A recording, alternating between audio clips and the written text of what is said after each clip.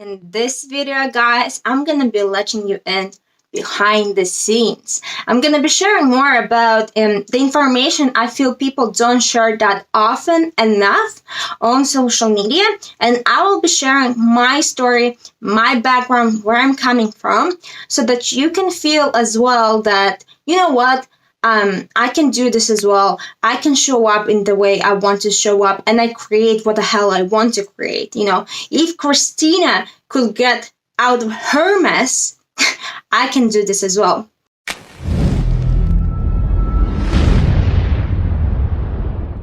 Welcome back to Spiritual Selfish Channel, where we focus on you so that you can raise your vibration and become conscious creator of your own life.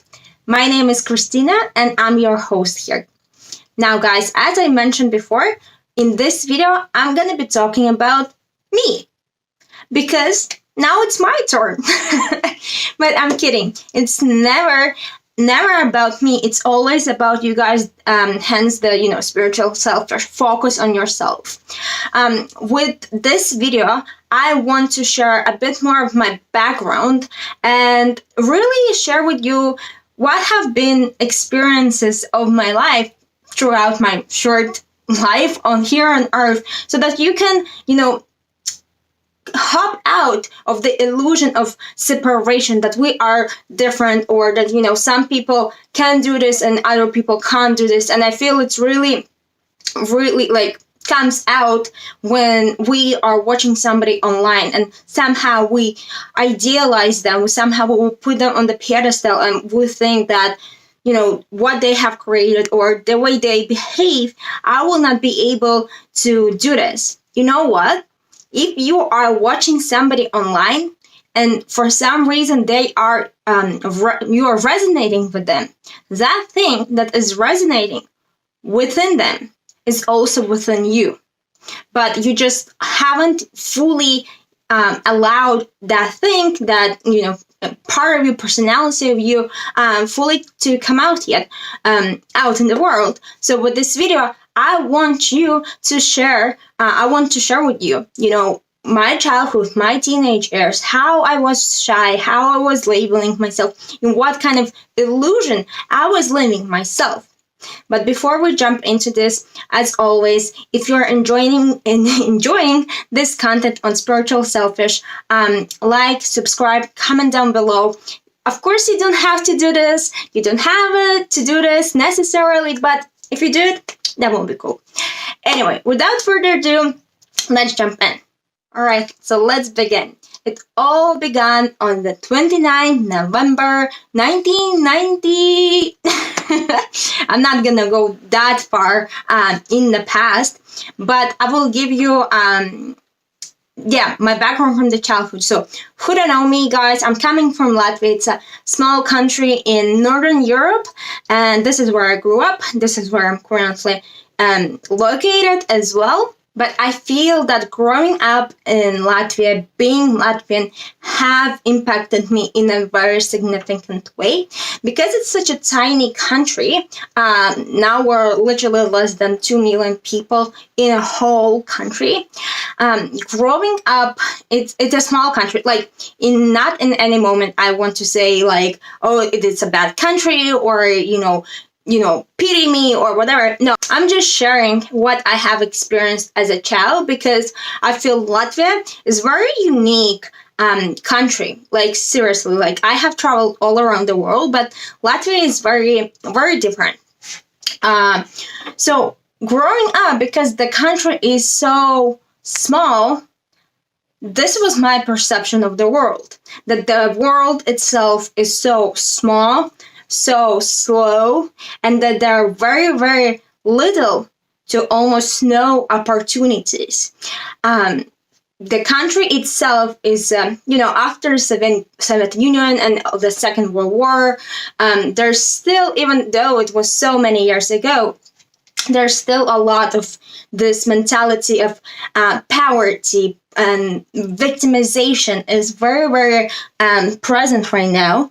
And when I was growing up, I really felt, no one knows about Latvia. There's no opportunities. Like, literally, if you want to ship something to Latvia, even now, it will take freaking ages. But yeah, like, I grew up with this feeling of insignificance, feeling separated from the world, and feeling a lot of, growing up in a lot of lack. I mean, in a mindset wise. In terms of growing up as a child, I also was raised in, poverty mentality. And, it's not to blame my parents or whatever. It's like the mentality of whole culture. Like, you have to work hard, you have to kill yourself. Like, everything you do will be hard. And, there's literally not joy to live, but just to survive. You know what I mean? So this is how I grew up, right? And in terms of my personality, I grew up very shy, but I also always felt like I'm very different. And when I say I always felt very different, I kind of feel that every single person feels and could say I felt very different. And, if you're watching this video, most probably you're awakened soul and you can relate to this. And, those who are old souls like me and those who actually came here with purpose to awaken the world during this great awakening on earth, we truly felt that we are different because we are coming with such a sense of purpose on this earth. Anyway, I never went to kindergarten. I literally can't remember my life prior to school. What did I do with my life? I think I just was sitting at home with my mom. But, when I went to school, I was really feeling like I'm introvert, I'm shy, I have to be this good girl who always does her, subjects, whatever. And maybe if I find some images, I'm gonna pull them up here. If there's nothing here on the screen right now, then I didn't find any images. But yeah, I was very shy. I was very small. Like, I'm still small, but I was very tiny. And this is to speak to what kind of energy was present in me. Insignificance. I felt invisible. I felt separate from whole world. I felt that I'm different. I don't get people, whatever. And really, I didn't feel supported in this world. Not supported by my parents, not supported by the world. Like, this is where I am coming from. Like, completely different contrast to where I am now today. And, when going through early ages of school, it still was fine, had friends, blah, blah, blah. But as the teenage years were approaching and, you go through that awkward period becoming an adult, I really, my shyness really kicked in. And it's not that I had trouble making friends, but I really was telling myself this story that I'm shy. I don't know how to have conversations, or I don't understand people, because it was never, for example, when I was a kid, I will never even play with dolls because it was so boring for me. Now I understand because I'm such an old soul. I don't find it, interesting for me. But, when I was a teenager, I was like, well, why they are going partying? This is doesn't make sense. Why people drink alcohol? That doesn't make sense. My personality already then were coming true. But from my perspective, from my mindset, I was thinking there's something wrong with me, right?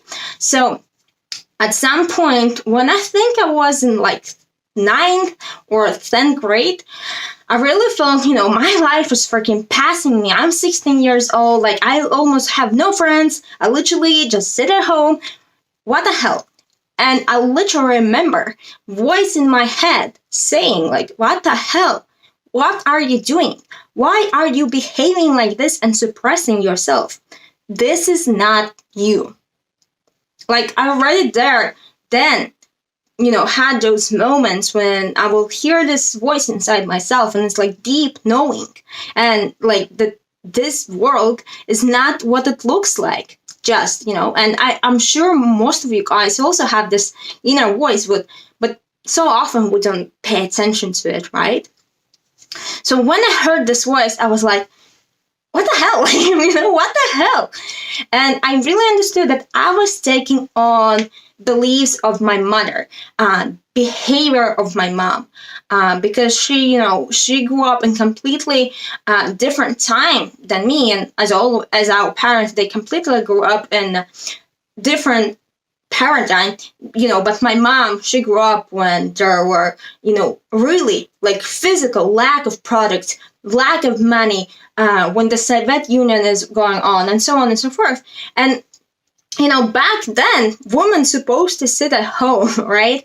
So that's what she did, and that's what I started to copy. And when I became consciously aware of that, I made a decision that I will do everything in exact opposite from my mother. So if she's shy and is, awkward to start conversation, I will be the person who will break the ice. And I'm sorry, throat chakra. I will be the person who's gonna, start the conversation and who's gonna be that awkward person. So I literally made a decision when I was 16, 17 years old. But, during my 13, 14, 15 years, I really felt, insignificant. And I only remember that it pretty much felt that there's nothing good, nothing enjoyable on earth. And, your whole life is going to be a freaking struggle.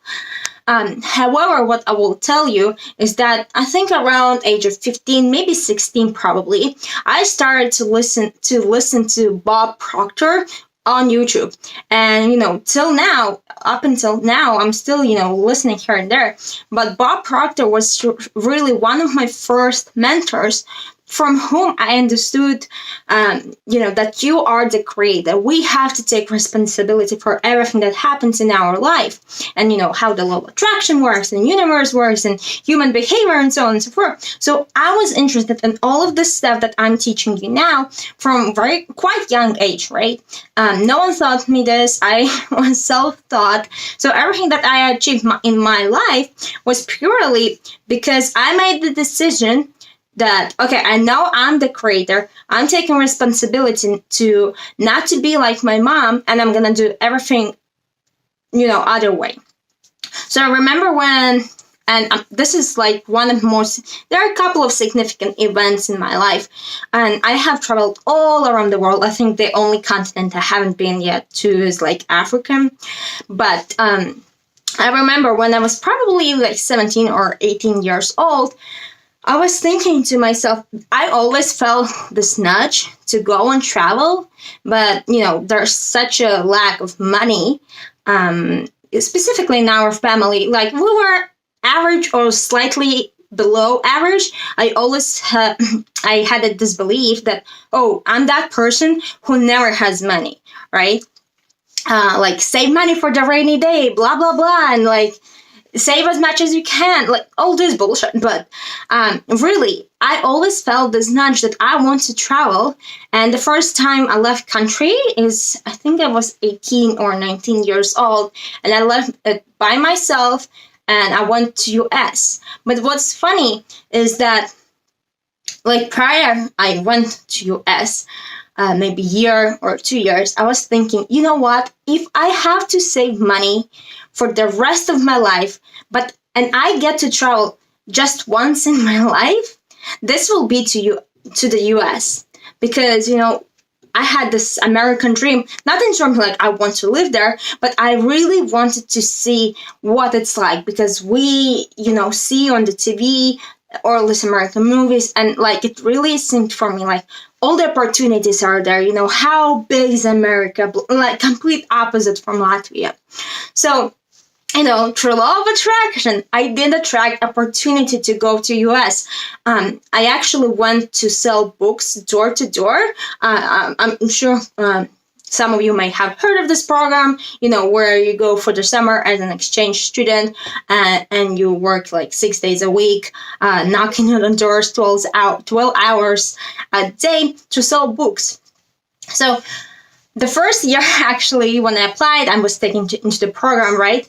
The first year I was rejected in visa, and in that moment, I really felt so, that my world is falling apart. I had this dream and like it's a freaking no. But I was rejected not because of me, but because of the school I was in. Like there were some, requirements. So I changed the school, and the next year I went to that program.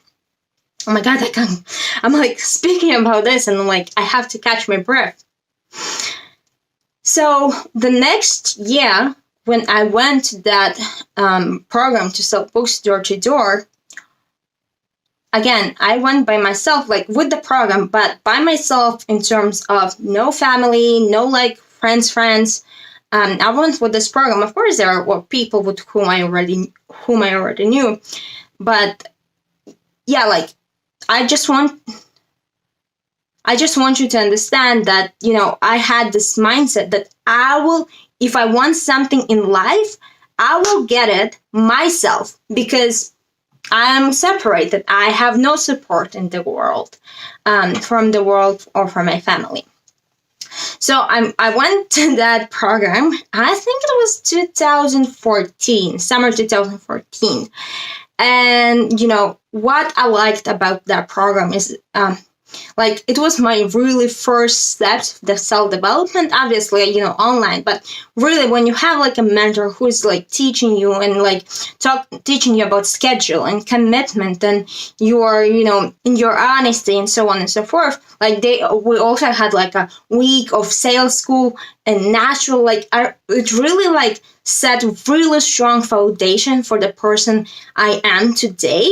I am analytical and very like rigid, strong mindset type of person, but they really like helped me to understand the values of a strong personality of a leader. So long story short, I went to that program and maybe like week or 2 weeks in, when we actually went to sell books door to door, I broke my foot. And I broke my foot by just walking, and like my foot, like, I wish I could show you. But like, imagine that this is the foot. My foot cracked here just from, by walking. And I was working like this for about a week and a half, and I was thinking like, oh my God, why the hell my foot hurts so bad? Why the hell it's blue? And because I was on such a like committed schedule, I'm gonna make it work. And I saw this program as my opportunity to escape the rat race, my opportunity to change my world, to not to be like my family. I really was committed to it. But, when I was like, what, this is serious, I have to go to the doctor. So I went to the doctor, I got the cast, and, I pretty much could not work anymore. I tried to work, but, long story short, I couldn't. I came back to Latvia a month and a half, like midsummer, and I really felt so defeated, like such a freaking failure. However, when I was coming back, again, I was coming back already on my own completely. Mind you, I was like 18 years old, maybe 19 at the time. And I was still scared, shy girl traveling from one side of the world to another side of the world completely on her own with a freaking broken foot. And I also lost my baggage. Like, I was traveling with a bus from like Chicago to Nashville to catch my plane, and they lost in the bus my my baggage, and like I never got it back. But you know what? I came home. I remember that moment. I came back home. And there was another story. I had to land in Poland, and my father was coming from Germany, and he picked me, like, crazy shit. I just remember I walked back into my home after I returned, and my mom started laughing because I literally, I borrowed some money just to make it happen. And I was working and studying in the same time just to make this happen. And I came home with literally nothing. Like, the only underwear I had was the one I had on me. And my mom just started laughing, lovingly started laughing. And that moment I really understood, hell, you know what? If I can do that, if that scared girl can travel from one side of the world by her own, she can go and like find money when she needs. Like, I can do anything in the world. And that's one of the, like, that moment when I went to US and went back to Latvia, I really realized, like, what the hell? Like, what the hell was the illusion I was living in? I felt like I came out of the cave. So, it was one of my first awakenings in 2014. I woke up to the illusion in which I was living in. My spiritual awakening, it happened a bit later. But yeah, like the biggest aha moment was actually that trip that I went on by myself as a 19-year-old. Hey guys, Kristina here. I'm actually editing the video that you are watching right now. But the reason I'm filming myself right now, because I decided to split it in two. So the part that you watched now, it's my story, sharing me how I woke up to the illusion that I was living in. The second part, it's gonna going live tomorrow, and then it's gonna be more about, the inner work, the shadow work that I had to do after I had my spiritual awakening. So definitely tune in tomorrow. It's gonna be very, very powerful and very interesting video. But other than that, I would love to hear how you enjoyed the first part. Have you experienced your, waking up from illusion as well? Other than that, I'll speak to you tomorrow.